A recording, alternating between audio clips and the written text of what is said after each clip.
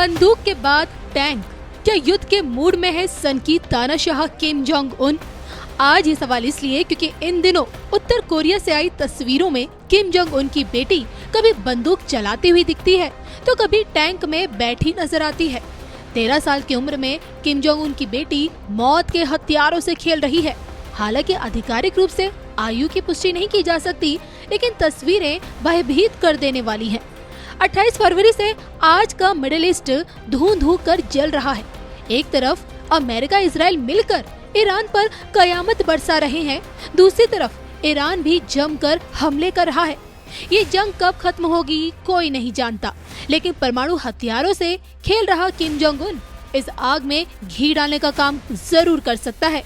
देखा जाए तो ईरान की ताबड़तोड़ पलटवार से इजराइल थर्राया हुआ है और अमेरिका दहशत में है, क्योंकि ताकत के मामले में जिस ईरान को कम आंका जाता था, आज वही ईरान माथे पर मौत का कफन बांधे अमेरिका इजराइल के लिए यमराज बना हुआ है। हालात इस कदर भयावह हैं कि चौतरफा खून की होली खेली जा रही है और इसी खूनी संघर्ष में न ही ईरान झुकने वाला है और न ही इजराइल अमेरिका रुकने को तैयार है।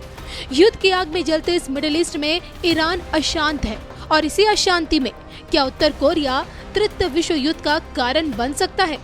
इसको लेकर क्या कहती है स्वामी यू की सांकेतिक भविष्यवाणी? देखिए सिर्फ और सिर्फ धर्म ज्ञान पर। नॉर्थ कोरिया चाइना का और रशिया का बहुत क्लोज एलाई है, दोस्त है। ज्योग्राफिकली नॉर्थ कोरिया अमेरिका को बहुत नजदीक है। यूं कहो एक सामान्य कक्षा की भाषा में, अगर नॉर्थ कोरिया थूक लेना तो अमेरिका तक पहुंच जाएगा, छोटे से छोटा बमगोला वहां पहुंचेगा। तो जब आप मर्सिडीज में हो और सामने कोई छोटी मोटी हाथ गाड़ी वाला आपको मारता है तो हाथ गाड़ी वाले का नुकसान नहीं होता है, मर्सिडीज का नुकसान होगा जी। है ना? जैसे मुनीर ने कहा था कि भारत पाकिस्तान युद्ध में पाकिस्तान का क्या है, हम तो भिखमंगे हैं, भारत का नुकसान होगा। तो यहाँ पर नॉर्थ कोरिया के अंदर जो भी साजो सामान है वो चाइना रशिया की टेक्नोलॉजी जो भी आप मानो, अगर वो एक भी हथगोला छोड़ देना तो अमेरिका की इकोनॉमी पर असर पड़ेगा। इसलिए अमेरिका ये बहुत अच्छे से जानता है कि इसको छेड़ना मतलब हित में नहीं है। इसलिए कभी भी जितना भी उकसा ले नॉर्थ कोरिया के ऊपर, अमेरिका कभी कुछ नहीं करेगा, क्योंकि नॉर्थ कोरिया के साथ अपने साजो सामान हैं डिफेंस के, अपनी टेक्नोलॉजी उसने डेवलप कर रखी है। चाइना के साथ उसके संबंध बहुत हैं, प्लस न्यूक्लियर वेपन है उसके पास अनऑफिशियली। तो ये तो क्या हो गया कि पाकिस्तान दोगलापन दिखा दिया। अगर पाकिस्तान इस्लाम का सचमुच में पैरवी करने वाला देश होता और वो न्यूक्लियर टेक्नोलॉजी ईरान को दे देता तो क्या ईरान का ये स्थिति होती आज?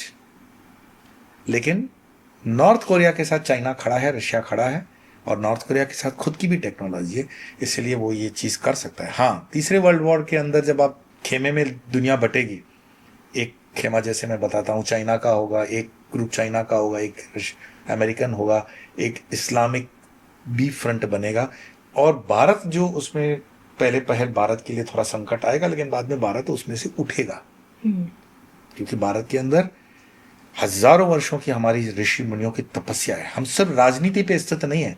यहां तक कि सनातन धर्म भी किसी व्यक्ति पे आधारित नहीं है कि कृष्ण पे आधारित है कि राम पे आधारित है, नहीं। उसके पहले भी सनातन था, उसके पास भी सनातन है और उसके बाद भी सनातन।